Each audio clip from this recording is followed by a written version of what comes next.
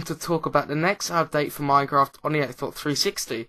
2 weeks have passed after the release of the 1.8.2 update for Minecraft on the Xbox 360, and people are already wondering about the next update, which is of course 1.2.3. 4J Studios have said to work on 1.2.3 after 1.8, which will include 1.0 and 1.1. So essentially it is 3 updates in one massive chunk, which is going to take a lot of time to do. In this video I'll be going through all the new major changes and additions throughout all the 3 updates and explaining what they are. Some features may have separate videos explaining more in-depth guide and a video for the minor changes in the 3 updates. I did a similar video to this for the 1.7 update and also the 1.8 updates, so it looks like this will be a regular thing for each update. So first of all, I'm going to go through all the new features. The first one of course is Enchanting. I've been very much looking forward to this feature. This includes the enchantment table, which allows you to power up and give yourself advantages for your tools with new powers with the XP that you gain. I'll be going more in depth with what XP experience orbs are in the later on in the video. But the more XP that you use to power up your weapons, the better the powers are. The next feature is brewing. This allows you to make potions, which does require the brewing stand with new ingredients added to the game. There are many different potions in the game with different uses, like health regeneration and poison. And the next feature is animal breeding. In the 1.2.3 update, animals no longer despawn, so you'll have to kill them to get rid of them. So now you can breed animals to make baby animals which can grow and give you more food.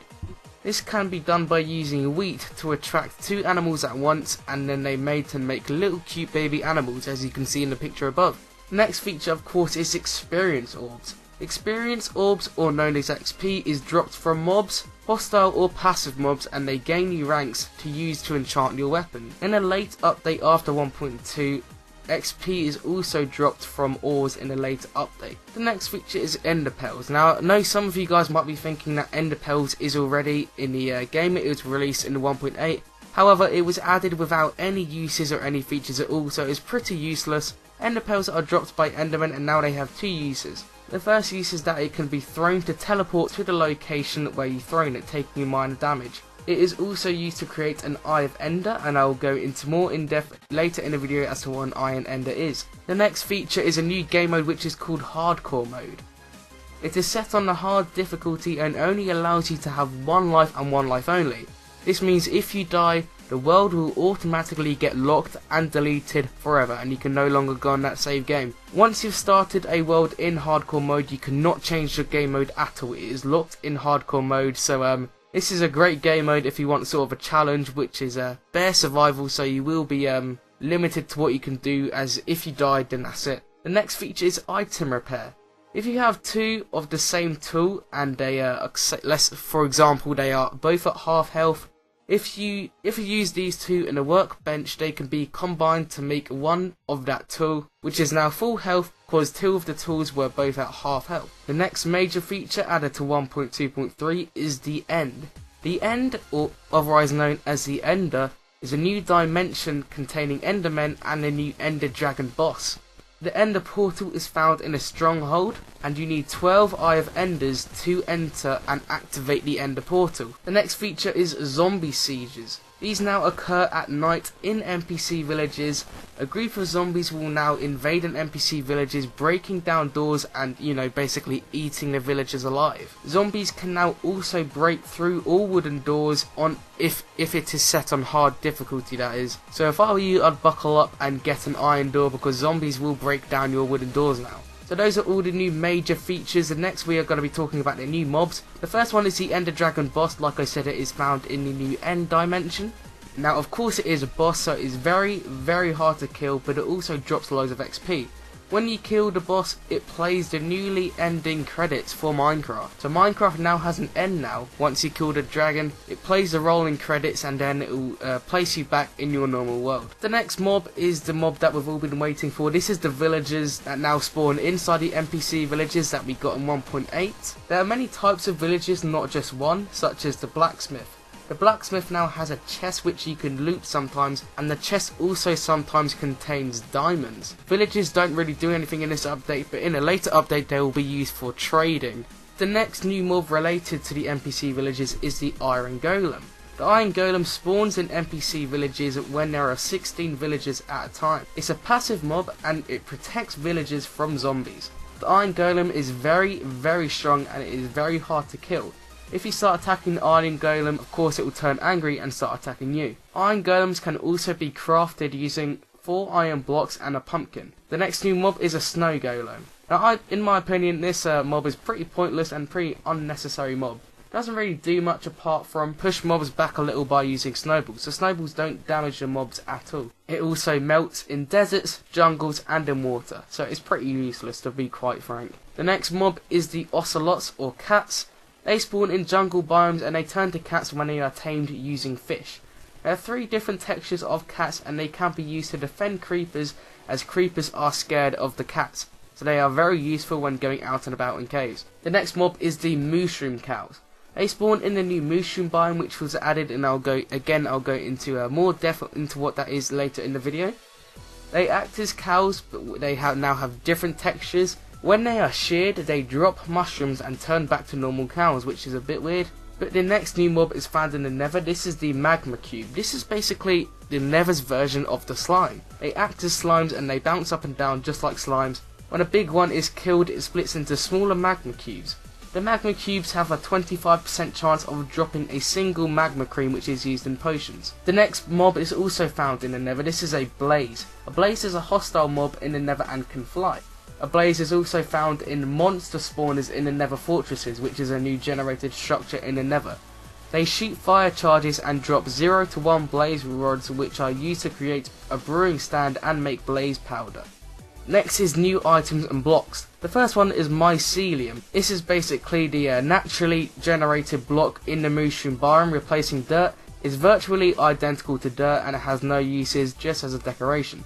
The next block is the lily pad, which is now naturally spawned in swamps. It can be harvested and placed on top of water, and a good use for it is that you can walk across it without going into water, so it is very useful in farms. The next item is spawn eggs. I know a lot of you guys have been wanting this item, so have I. This is only obtained in creative mode. This spawns any type of mob and there is a different egg for each mob, so it is a very useful item. The next item is a redstone lamp. It gives off light just like glowstone as long as it is powered.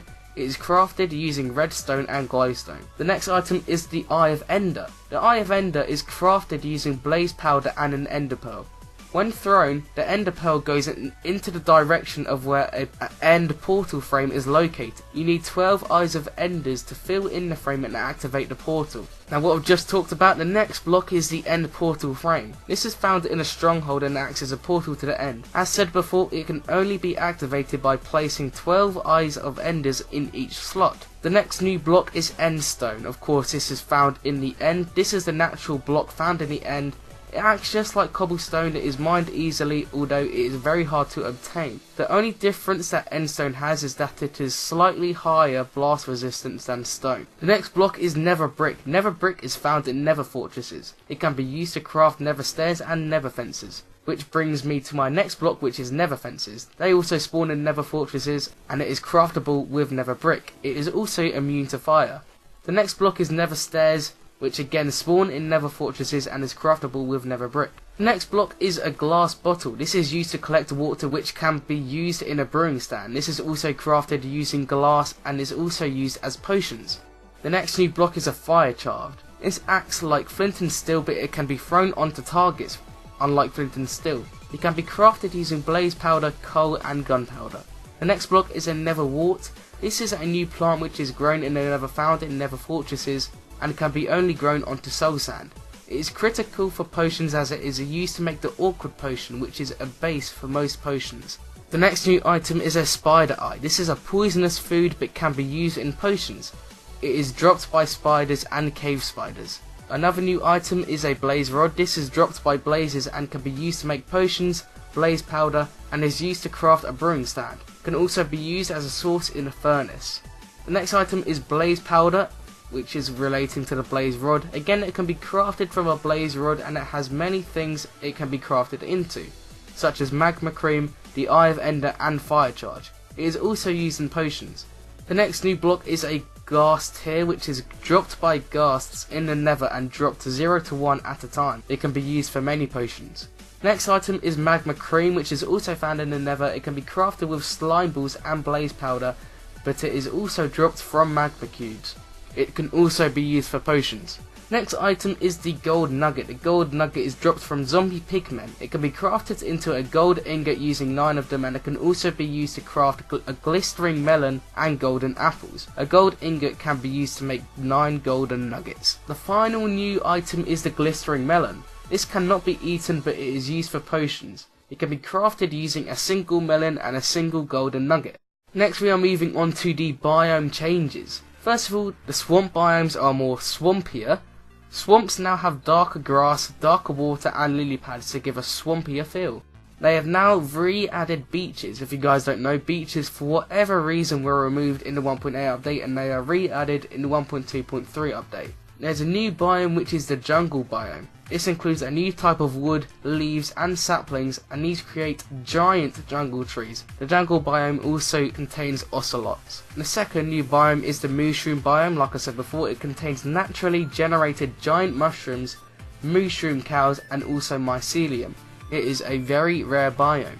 Of course, there is no release date confirmed or release window for the next update. My estimation is somewhere between January and March, as it took 3.5 months to develop and release the 1.8 update.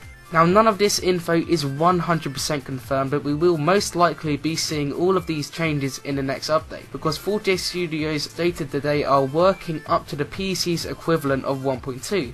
So they will be using the PC's features of the 1.2 update. If you guys want to see a full change list including all the minor changes, click the link in the description below, which will take you to the Minecraft wiki. Scroll down until you see the 1.2, 1.1 and 1.0 change list. Sorry if this video did sound a little rushed. There was a lot, and I mean a lot of information to put through, so I had to make it as short as possible to release it as soon as possible for you guys. If you guys did enjoy this video, be sure to leave a like on the video for my effort, as these videos do take a lot of time to do. It took me around 8 hours for this one. And also be sure to subscribe for the latest Minecraft, Xbox 360 news and content. Thanks for watching guys, and I'll see you guys in the next video.